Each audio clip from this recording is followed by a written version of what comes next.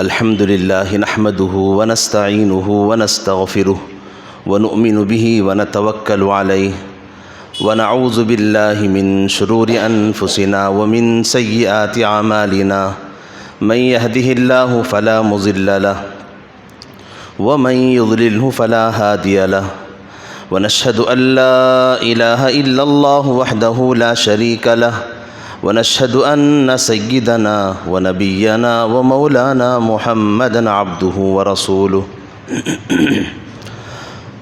أعوذ بالله من الشيطان الرجيم بسم الله الرحمن الرحيم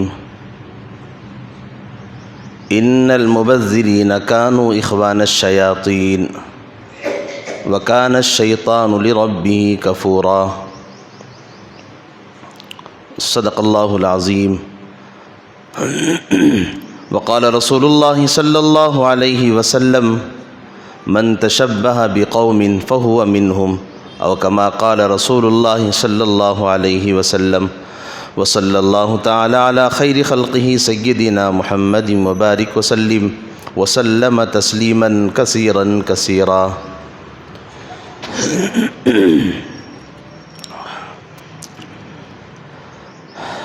معزز بزرگوں اور عزیز بھائیوں،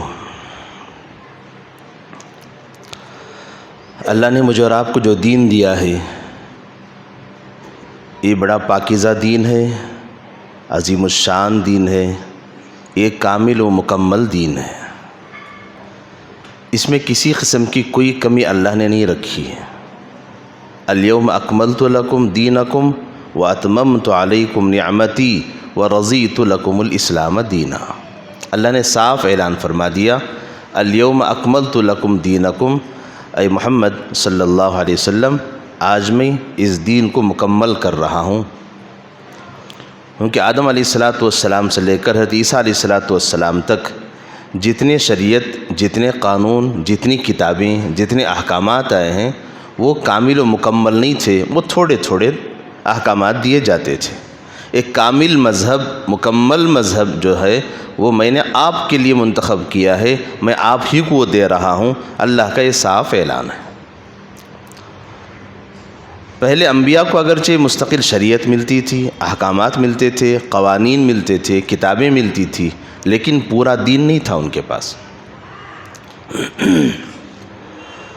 تو لہذا میں اور آپ بڑے خوش نصیب ہیں، اللہ نے ہمیں کامل و مکمل دین دیا ہے، اور اس پر اللہ نے ایک مہر بھی لگا دی اور صاف اعلان کر کے قرآن کریم کے اندر ایک آیت کو اتار کے بتلا دیا ہے، الیوم اکملت لکم دینکم، ہم نے تمہارے لیے تمہارے اس دین کو مکمل کر دیا ہے۔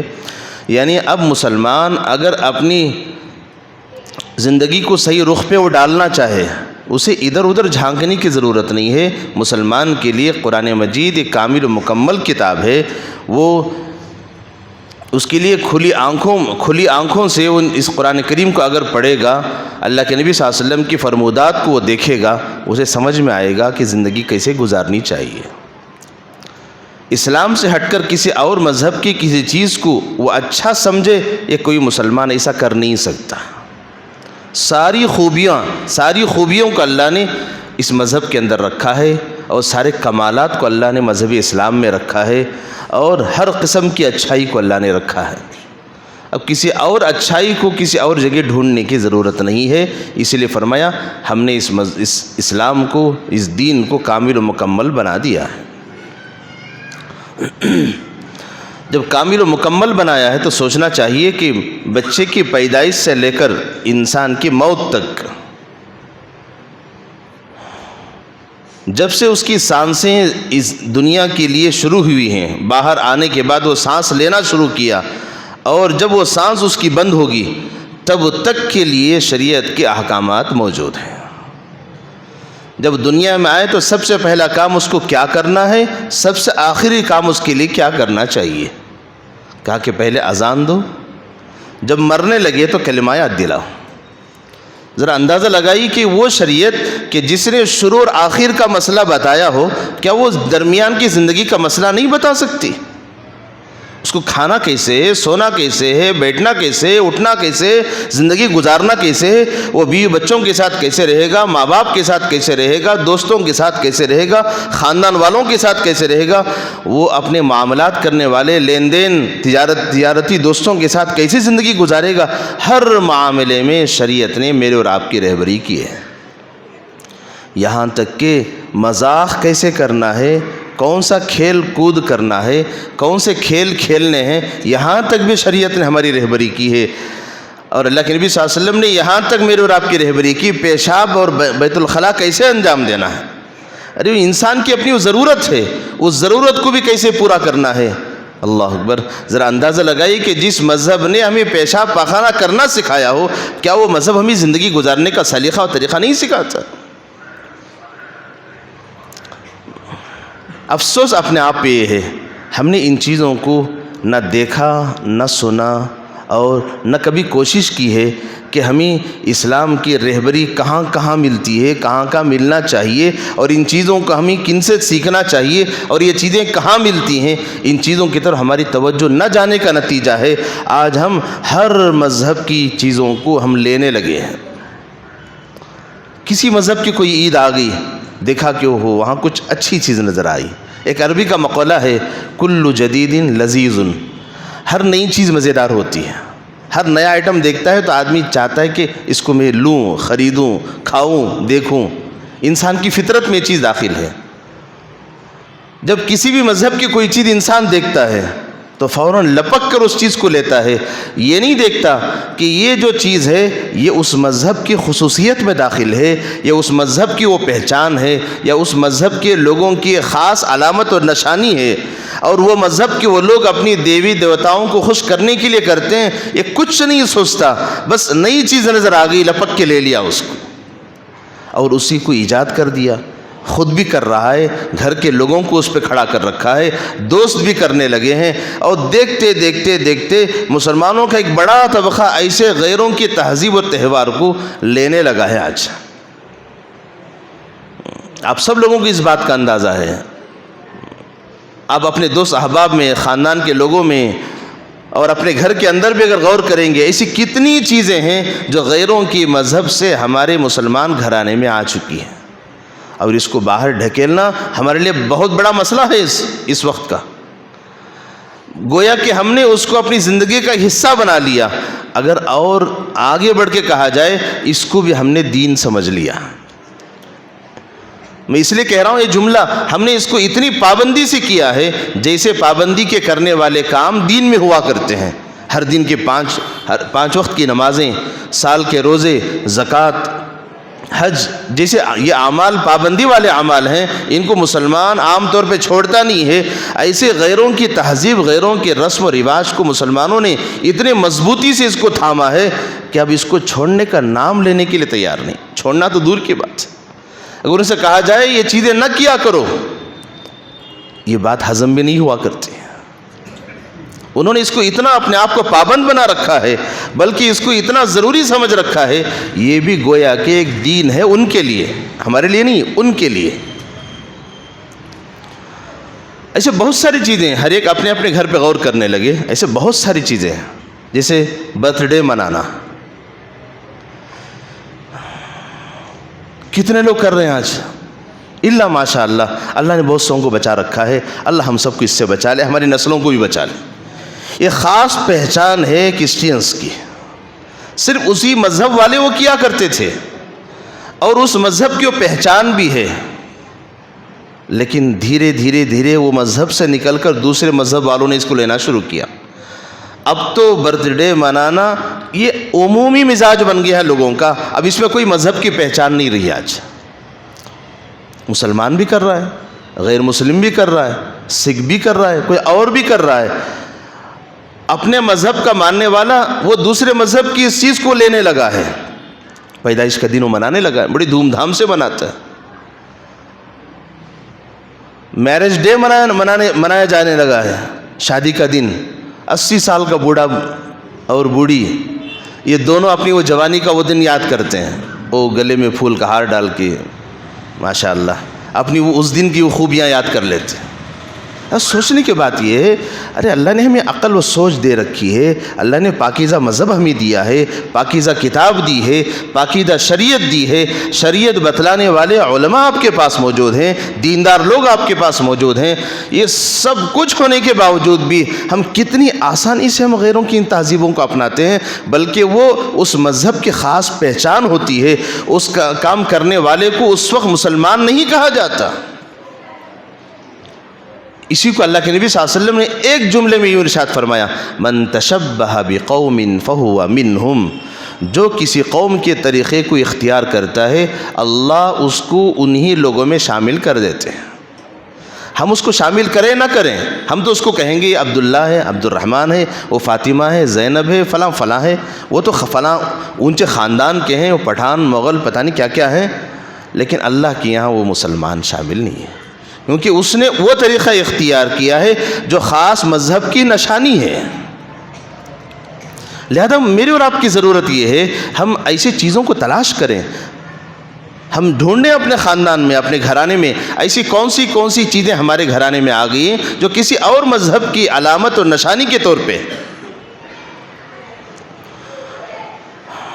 اور اسلام نے بہت ساری رہبری ہماری کی ہے، قدم قدم پہ ہماری رہبری کی ہے، کھیل کود کے بارے میں، مذاق کے تعلق سے بھی۔ اللہ کے نبی صلی اللہ علیہ وسلم بھی صحابہ سے مذاق کر لیا کرتے تھے۔ ایک بار یوں ہی مذاق کیا، حضرت علی رضی اللہ عنہ نے فرمایا یا رسول اللہ آپ مذاق بھی کرتے ہیں؟ کیونکہ امام الانبیاء ہیں، خدا کے بعد آپ ہی کا مقام ہے، بعد از خدا بزرگ، تو یہ قصہ مختصر، خدا کے بعد اگر کسی کا مقام ہے تو وہ آقا دو جہاں حضرت محمد صلی اللہ علیہ وسلم کا مقام ہے۔ تو حضور نے فرمایا علی میں مذاق بھی کرتا ہوں، مذاق میں جھوٹ نہیں بولتا۔ ایک بوڑھی عورت آئی اور کہا کہ حضور دعا کر دیجئے اللہ مجھے جنت میں بھیج دے۔ حضور نے فرمایا اللہ بوڑھیوں کو جنت میں داخل نہیں کرتے۔ وہ رونے لگی۔ حضور نے فرمایا ارے پگلی، اللہ جب جنت میں بھیجیں گے تو بوڑھا بنا کے نہیں بھیجیں گے، جوان بنا کے تجھے بھیجیں گے۔ حقیقت تھی لیکن حضور نے مذاق بھی کر دیا، اب وہ ہنستی چلی گئی۔ ایک صحابی آئے، کہا کہ حضور مجھے ایک اونٹ چاہیے۔ حضور نے فرمایا میں تجھے اونٹ نہیں دوں گا، اونٹ کا بچہ دوں گا۔ انہوں نے کہا حضور بچہ لے کے میں کیا کروں؟ حضور نے فرمایا جو بھی میں اونٹ دوں وہ کسی نہ کسی کا بچہ ہی تو ہے، چاہے وہ بڑا ہو، چاہے جوان ہو، چاہے بوڑھا ہو۔ حضور نے اونٹ تو دیا لیکن اس صحابی کے ساتھ کچھ دیر کے لیے مذاق بھی کر لیا، اور حضور صلی اللہ علیہ وسلم نے فرمایا میرا مذاق جھوٹ نہیں ہوا کرتا۔ اور صحابہ کے ساتھ حضور ایسے گھل مل کے رہتے تھے، اور حضور صلی اللہ علیہ وسلم صحابہ کو کچھ کھیل کی ترغیب بھی دیتے تھے، اور کہتے تھے جاؤ گھوڑ دوڑ، گھوڑے کی ریس کرو، اور اس زمانے کی وہ ضرورت تھی، اور کہا کہ تیر اندازی کرو، تیر چلاؤ، تیراکی کرو، پانی میں تیرا کرو۔ اس زمانے کے کچھ کھیل تھے، حضور اس کی ترغیب دیا کرتے تھے۔ اور آج بھی اسلام ایسا خشک مذہب نہیں ہے، سوکھا مذہب نہیں ہے کہ صرف نماز پڑھو، عبادت کرو، روزے رکھو، حج کرو، زکوٰۃ دو اور کچھ نہ کرو، ایسا نہیں ہے۔ اسلام نے بہت ساری چیزیں بتائی ہیں، اسلام نے کر کے بتایا۔ حضور کی زندگی ہمارے لیے ایک نمونہ ہے۔ حضور خود اما جان عائشہ رضی اللہ تعالیٰ عنہ کے ساتھ دوڑ لگاتے تھے۔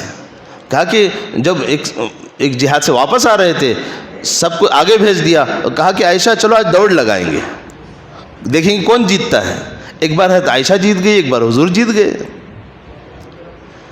ایسے کھیل کی بھی اجازت ہے۔ کھیل کون سے کھیل کھیلنا چاہیے اس کا مجھے اور آپ کو علم نہیں ہے۔ کون سے ایسے کھیل ہم کھیل رہے ہیں کہ جو کھیل سود اور جوے میں جڑے ہوئے ہیں، جس کھیل کو کھیلنا ناجائز شریعت میں حرام ہے، ایسے کھیل میں بھی ہمارا معاشرہ، ہمارا نوجوان طبقہ ملوث ہے۔ کبھی اس نے ضرورت بھی نہیں سمجھی کہ اس چیز کو معلوم تو کریں کہ کون سا کھیل کھیلنا چاہیے، کون سا کھیل نہیں کھیلنا چاہیے۔ ان کھیلوں کی شریعت میں اجازت بھی ہے یا نہیں ہے؟ اللہ کے نبی صلی اللہ علیہ وسلم نے کچھ نام لے کے بتا دیے، یہ کھیل نہ کھیلا جائے، جیسے شطرنج کھیلنا، چس کھیلنا، حضور نے نام لے کے کہا اس کو نہ کھیلا جائے۔ آج ماشاءاللہ ہمارا نوجوان بڑے شوق سے کھیلتا ہے، اور لوگ سمجھتے ہیں کہ اس کے کھیلنے سے عقل بڑھتی ہے۔ لوگ اس کی یہ دلیل پیش کرتے ہیں عقل بڑھتی ہے، چالاکی آتی ہے۔ کہ حضور نے جس کو منع کر دیا اس میں چالاکی کہاں، بیوقوفی بڑھتی ہے۔ جس چیز کو شریعت نے حرام کہہ دیا ہے اس میں کبھی نفع نہیں ہے. آنکھوں کو نفع تو ضرور نظر آتا ہے لیکن اس میں نفع نہیں، نقصان ہی نقصان ہے. اسی لیے تو کچھ جانور کو کھانے سے منع کیا گیا، اور حلال جانور کے کچھ چیزوں کو کھانے سے بھی منع کر دیا گیا، کہا کہ ان کو نہ کھاؤ، اس سے تمہارے صحت کے لیے نقصان ہے. شریعت میں جو چیز حرام ہے، مکروہ ہے، مکروہ تحریمی ہے، مکروہ تنزیہ ہے، یہ سب منع اس لیے کیے گئے اس سے صحت کا نقصان ہے. اور کچھ کھیلوں کو حضور نے منع اس لیے کیا ہے اس سے انسان کا نقصان ہے. اور کہا کہ کچھ کھیل ایسے ہیں جن کو کھیلنے کی شریعت نے اجازت دی، تاکید بھی کی، اور ایک اصول بتا دیا ہے ایسا کھیل کھیلا جائے کہ جس میں تمہارے جسم کے لیے تمہارے دنیا کا بھی فائدہ ہو، تمہارے دین کا بھی فائدہ ہو. اور ایسے کھیل سے منع کیا گیا جس سے تمہاری دنیا کا بھی نقصان ہے، تمہارے دین کا بھی نقصان ہے. ایک اصول ہے، اس اصول کو ہمیشہ آپ یاد رکھیے. آپ جس کھیل میں آپ لگے ہوئے ہیں آپ اس کو اس اصول پہ جوڑ دیجئے اور سوچئے کہ اس سے میری دنیا کا فائدہ اور میرے دین کا فائدہ ہے، میں ضرور کھیلوں گا. اگر اس کھیل سے میری دنیا کا نقصان اور میرے دین کا نقصان ہے، اس سے میں نہیں کھیلوں گا. آپ خود فیصلہ اس کا کر لیجئے، اس کو گنانے کی ضرورت نہیں ہے، کیونکہ شریعت کچھ اصول بتاتی ہے، ان اصول سے مسائل خود بخود نکلنے لگتے ہیں. مثال کے طور پہ ایک ایسا کھیل ہے جس سے دنیا کا بھی نقصان ہے، دین کا بھی نقصان ہے. مثال کے طور پہ ایک کوئی کھیل آدمی کھیل رہا ہے دکان بند کر کے، اسکول کو گئے بغیر، ایگزام کی تیاری کیے بغیر، ملازمت میں گئے بغیر میدان میں جا کے وہ کھیل رہا ہے، تو یہ تو اپنی دنیا کا نقصان کر رہا ہے. اگر اس دن دکان کھول لیتا، ملازمت میں چلا جاتا، نہ تنخواہ کٹتی نہ دکان کا نقصان ہوتا. اور دین کا نقصان یہ ہے کہ وہ کھیلنے میں ایسے لگ گیا ہے کہ اذان پہ اذان ہو رہی ہے، دھیان نہیں جا رہا ہے. یہ ہے اس کا دین کا نقصان. اگر ہم ایسے کھیل میں لگے ہوئے ہیں کہ جس سے دنیا کا بھی نقصان، دین کا بھی نقصان ہے، ایسے کھیل نہ میرے لیے جائز، نہ آپ کے لیے جائز، نہ آپ کے بچوں کے لیے جائز ہے. ہاں ایسے کھیل ہے کہ جس سے ہمارے لیے صحت بنتی ہے اور ورزش بھی ہوتی ہے، شریعت کہتی ہے بہت اچھا ہے کھیلیے، اس سے ہماری دنیا کا فائدہ ہے، صحت بنے گی، اور دین کا فائدہ یہ ہے کہ آدمی طاقتور بنے گا. المؤمن القوی، حدیث میں فرمایا کہ طاقتور مومن یہ افضل ہے من المؤمن الضعیف، کمزور ایمان والے سے. حضور فرما رہے ہیں صحت مند آدمی کمزور ایمان والے سے، کمزور جسم والے سے صحت مند جسم والا یہ بہتر ہے. کیونکہ طاقتور آدمی اعمال زیادہ کرے گا، مجاہدہ کرے گا، محنت کرے گا، عبادت بھی کرے گا، روزے پہ رکھے گا، پیدل بھی چلے گا، بہت سارے وہ اعمال کر سکتا ہے. بیمار آدمی ایک جگہ ڈھیر ہو کے پڑا رہے گا، اگرچہ وہ اعمال کر رہا ہے لیکن اس کے مقابلے میں وہ اتنا زیادہ نہیں کر سکتا. یہ ہے دین کا فائدہ اور دنیا کا فائدہ. ایسے جتنے کھیل ہیں ان کھیلوں کو اس اصول کے مطابق جوڑا جائے اور اس کے بعد یہ سارے کھیل کھیلیے، کوئی منع نہیں کرتا. کرکٹ بھی کھیلیے، فٹ بال بھی کھیلیے، والی بال بھی کھیلیے، اور جتنے کھیل ہیں سارے کھیل کھیلیے. اگر اس سے آپ کا دنیا کا بھی فائدہ ہے، دین کا بھی فائدہ ہے، بے شک وہ کھیل آپ کے لیے ہو سکتا ہے دنیا کے اعتبار سے بھی فائدہ مند ہو اور آخرت کے اعتبار سے بھی آپ کے لیے فائدہ مند بن جائے. لیکن کچھ کھیل ایسے بھی ہیں جو کسی مذہب کی پہچان ہوا کرتے ہیں، ان کھیلوں کو کھیلنے کی شریعت کبھی اجازت نہیں دیتی، بلکہ شریعت نے اس کے لیے ایک الگ اصول بتا دیا. فرمایا کہ جو کھیل کسی قوم کے پہچان ہو ان کھیلوں کو نہ کھیلیں. فرمایا من تشبہ بقوم فہو منہم. یہاں تک کہ اللہ کے نبی صلی اللہ علیہ وسلم نے ایمان والوں سے اس زمانے میں صحابہ سے کہا اے میرے صحابہ سحری کھایا کرو، اس لیے کہ یہودی بھی روزہ رکھتے ہیں، ہم بھی روزہ رکھتے ہیں، ان کے روزے میں ہمارے روزے میں کچھ فرق ہونا چاہیے. وہ سحری نہیں کھاتے، ہم سحری کھاتے ہیں. اللہ اکبر. عبادت میں بھی حضور نے ہمیں الگ پہچان ہماری بنا رکھی ہے. محرم کے روزے آتے ہیں، حضور نے فرمایا یہودی ایک رکھتے ہیں، ہم دو رکھیں گے. ایک رکھنے والا یہودی ہے، دو رکھنے والا مسلمان ہے. ہماری پہچان اونچی ہونی چاہیے، ہم امام الانبیاء کی امت ہیں. تو حضور نے کھیل کے اندر، اعمال کے اندر ہماری ایک الگ پہچان رکھی ہے. ہم اپنی پہچان کو مٹانا یہ اچھی چیز نہیں ہے. کوئی آدمی جس خاندان کو ہوتا ہے، خاندان کے نام کے بغیر، خاندان کا نام لکھے بغیر اپنا نام کبھی نہیں لکھتا. اس کے بغیر اپنا نام صرف نام لکھ دے کبھی نہیں ہوتا. وہ ہمیشہ اپنا انشل پہلے لکھے گا، میں فلاں خاندان کا ہوں. اپنی پہچان ہر جگہ متعارف کراتا ہے، پہچان کراتا ہے. تو کیا ہے مذہب کی جو چیزیں ہیں یہ بھی تو ہماری اپنی پہچان کی ہیں. غیروں کی تہذیب کو اپنا لینا اور ان کے طور طریقے کو اپنا لینا، ان جیسا چہرہ، ان جیسے کپڑے، ان جیسا لباس، ان کے جیسے طور طریقے کو اپنا لینا اور اپنی پہچان مٹا دینا. یہاں تک کہ بعض اوقات میں بازاروں میں کسی کو سلام کرتے ہوئے جھجک ہوتی ہے، یہ مسلمان بھی ہے یا نہیں ہے؟ کوئی اس کے پاس پہچان نہیں ہے، نہ سر پہ ٹوپی، نہ چہرے پہ داڑھی، نہ لباس ہمارا اسلامی. اب سلام کریں گے تو کیسے کریں گے؟ کہیں اس کو سلام کر کے مذاق نہ بن جائے سلام کا. اب ذرا بتائیے ہم نے کیا بنا رکھا ہے اس دین کو؟ مذاق نہیں تھا. ایک بات میں عرض کر رہا تھا اسی تعلق سے، یہ پتنگ بازی ان دنوں میں جو پتنگ اڑائی جاتی ہے، جیسے ہندوؤں کی جو عید آتی ہے سنکرانتی، کہ اس عید کے موقع پر ایک پتنگ اڑائی جاتی ہے. ایک پتنگ کا اڑانا یہ ایک قوم کی تہذیب، ایک قوم کی پہچان ہے. یہ کوئی کھیل نہیں ہے.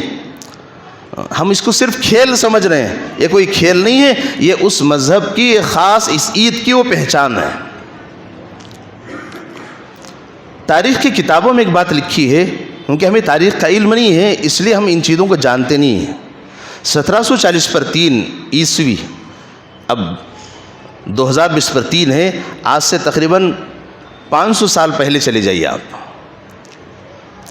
1740 پر 3 میں غالباً اورنگزیب کا زمانہ تھا. اس زمانے میں حقیقت رائے ایک آدمی تھا کہ اس نے اللہ کے نبی صلی اللہ علیہ وسلم اور حضرت فاطمۃ الزہرا رضی اللہ تعالی عنہا دونوں کے تعلق سے گستاخی کے الفاظ اس نے کہے، نبی کو گالیاں دی، اور حضرت فاطمۃ الزہرا رضی اللہ تعالی عنہا کے تعلق سے برے برے الفاظ اس نے استعمال کیے. اور نبی کی گستاخی کو مسلمان کیسے برداشت کرے گا؟ ادنا سے کمزور ایمان والا بھی اپنی جان تو دے سکتا ہے، لیکن نبی پر آنچ بھی آ جائے، نبی پر انگلی بھی اٹھ جائے، اس کو مسلمان برداشت نہیں کرتا. الحمدللہ آج بھی وہ غیرت باقی ہے. اللہ کرے کہ قیامت تک اللہ ایسی غیرت باقی رکھے. تو اس دور میں حقیقت رائے ایک آدمی تھا، غیر مسلم تھا، اس نے حضور کو گندی گالیاں دی اور حضرت فاطمۃ الزہرا رضی اللہ تعالیٰ عنہ کے تعلق سے بھی گندے الفاظ اس نے استعمال کیے. اس دور کا جو قانون تھا، قانونی اعتبار سے اس کو پھانسی کے پھندے پہ چڑھا دیا گیا، پھانسی دے دی گئی. اور اس کے بعد جب پھانسی کے بعد اس لاش کو خاندان والوں کے حوالے کیا گیا، خاندان والوں نے اس کی خبر بنائی، اور خبر بنانے کے بعد 1 سال کے بعد اس کی برسی کی. جیسے ماشاءاللہ مسلمان بھی برسی کرتے ہیں، چہلم چھٹی بھی کرتے ہیں، پتہ نہیں کیا کیا کرتے ہیں جس کا اسلام سے کوئی تعلق نہیں. یہ غیروں کی تہذیب ہے، اس کو چھوڑ دینا چاہیے. یہ ہماری پہچان نہیں ہے، یہ الگ مسئلہ ہے. بات آگئی تو عرض کروں، یہ ہماری تہذیب میں نہیں، ہمارے اسلام اس کی اجازت نہیں دیتا. یہ برسی کرنے کی، چہلم کرنے کی، 3ویں اور 10ویں کی 3 دن کی زیارت کی کوئی طور طریقے ہمارے اسلام میں ہے ہی نہیں ہے. عموماً کسی کا انتقال ہوتا ہے، لوگ 2 دن تک تو جاتے نہیں اور تیسرے دن جاتے ہیں 3 دن کی زیارت کے لیے. ارے عجیب بھائی، باپ کا جنازہ اٹھا ہے اور بیٹا یہاں مسجد سے تاکہ 3 دن ہوں گے تب جائیں گے، 2 دن تک ثواب نہیں پہنچاتے. دوسرے دن کے بعد تیسرے دن کے صبح میں ماشاءاللہ سب ٹوپی پہن کے وضو کر کے غسل کر کے جاتے ہیں جنازے پہ. پھر اس کے بعد بول کے آتے ہیں ابا جان 10 دن کے بعد آؤں گا. جو 10 دن مناتے ہیں وہ 10 دن کے بعد، جو 10 دن نہیں مناتے وہ کہہ کے آئے گا 40 دن کے بعد آؤں گا. عجیب بات ہے. وہاں جو برسی منائی گئی، وہاں ایک بہت بڑا میلہ لگا اس وقت، اور میلہ لگانے کے بعد اس وقت کے جو غیر مسلم وہاں کے جو بڑے لوگ تھے، انہوں نے اپنے اس آدمی کی یاد میں، کیونکہ ان کے مذہب کے اعتبار سے اس نے بڑا کام کیا ہے، مسلمانوں کے جو سب سے بڑے پیشوا حضرت محمد صلی اللہ علیہ وسلم کو اس نے گالی اور برا بھلا کیا ہے، ان کے اعتبار سے اچھا کام ہے. لہذا انہوں نے اس بندے کی اس تاریخی کام کو یاد رکھنے کے لیے اس کی برسی کے موقع پہ پتنگ اڑایا، اور پتنگ اڑا کے انہوں نے اس کی یاد کو ہمیشہ کے لیے باقی رکھا. اس زمانے سے رواج پڑ گیا ہے، وہ جب بھی یہ موقع آتا تھا، آج جو غیروں کی عید ہے اس موقع پر، وہ بھی اسی وقت کا واقعہ ہے کہ جب بھی یہ سال کا یہ موقع آتا اس موقع پہ ہر سال پتنگ اڑائے جاتے تھے اس بندے کی یاد کو تازہ رکھنے کے لیے جس نے ہمارے نبی کو گالی دی ہے، جس نے حضرت فاطمہ رضی اللہ تعالیٰ عنہ کو گالی دی ہے، اس بندے کو یاد رکھنے کے لیے پتنگ اڑائی گئی تھی۔ لہذا پتنگ اڑانے والے جو غیر مسلم ہیں وہ اسی یاد کے لیے اڑاتے ہیں، اب انہیں مسلمان کیوں اڑاتا ہے؟ اڑانے والوں سے میرا سوال ہے، یا آپ کے ان بچوں سے سوال ہے، بچوں کی طرف سے میں آپ سے سوال کرتا ہوں، آپ کے بچے اور آپ کے جو بچہ نوجوان ہو گیا یا آپ کا بچہ 10-12 سال کا ہے جو بھی ہے، یہ آپ کے بچوں کو پتنگ آپ نے لے کے دی ہے یا پتنگ لینے کے لیے پیسے آپ نے دیے ہیں، آپ کا بچہ چھت کے اوپر کھڑے ہو کر پتنگ اڑا رہا ہے، کیوں اڑا رہا ہے؟ دو باتیں ہیں، ایک تو یہ ہے یہ پتنگ اڑانا اس عید کی خصوصیت میں داخل ہے، دوسرا پتنگ کا اڑانا وہ حضور کو گالی دینے والے کی یاد میں باقی رکھنے کے لیے علامت ہے۔ دونوں باتوں کی اسلام اجازت نہیں دیتا، یہ دونوں ان مذہبوں کی نشانیوں میں سے ہے، ہمارے لیے کون سی ضرورت ہے پتنگ اڑانے کی؟ میرے بھائی یہ کوئی کھیل نہیں ہے، وہ غیروں کی ایک عید کی نشانی ہے، اور ایک نے حضور کو جو گالی دی ہے اس کی یاد کو باقی رکھنے کی ایک نشانی ہے۔ یہ دونوں کام کے کرنے پر ایمان چلا جاتا ہے۔ اب جتنے کام کر رہے ہیں نادانی میں یا انجانے پن میں کر رہے ہیں، اگر یہ موجود ہیں یا آپ کے بچے اگر موجود ہیں، یہ آپ کی ذمہ داری ہے خدا کے واسطے ان کو سمجھا لیں کہ بیٹا کھیل کے لیے بہت ساری چیزیں ہیں، ان کھیلوں کو کھیلو جن کے کھیلنے پر تمہاری صحت بنتی ہے۔ ان کھیلوں کو کھیلنا یہ اجازت اسلام اس کی اجازت نہیں دیتا، کیونکہ یہ کھیل فلاں مذہب کی علامت ہے، فلاں کام کو باقی رکھنے کے لیے کیا جا رہا ہے۔ یہ صرف میری ذمہ داری نہیں ہے، علماء کی ذمہ داری نہیں ہے، ہمارا فرض بنتا ہے آپ تک بات کا پہنچانا، اور آپ کی ذمہ داری بھی بنتی ہے فَلْيُبَلِّغِ الشَّاهِدُ الْغَائِبَ، آپ نے بات سن لی تو آپ دوسروں تک بات کو پہنچانا اور ان کو اس کام سے روکنا آپ کی ذمہ داریوں میں داخل ہے۔ اور چاہے کوئی بھی کام آپ کریں اس کو شریعت کی نظر میں آپ دیکھیں، کیا اس کام کی شریعت اجازت دیتی ہے یا نہیں؟ شریعت میں یہ چیز جائز نہیں ہے تو ہم چاہے کتنا بھی ہمیں نفع نظر آ جائے ہم اس کو چھوڑ دیں گے۔ ہم اسلام کے ماننے والے ہیں اور دنیا کے سب سے بڑے مذہب اور سب سے اچھے مذہب، سب سے پاکیزہ مذہب، اللہ کے پسندیدہ مذہب کے ہم ماننے والے ہیں، ہمیں اس ماننے پر فخر ہونی چاہیے۔ اللہ مجھے اور آپ کو ایمان و اعمال پر استقامت عطا فرما دے۔ وآخر دعوانا الحمدللہ رب العالمین۔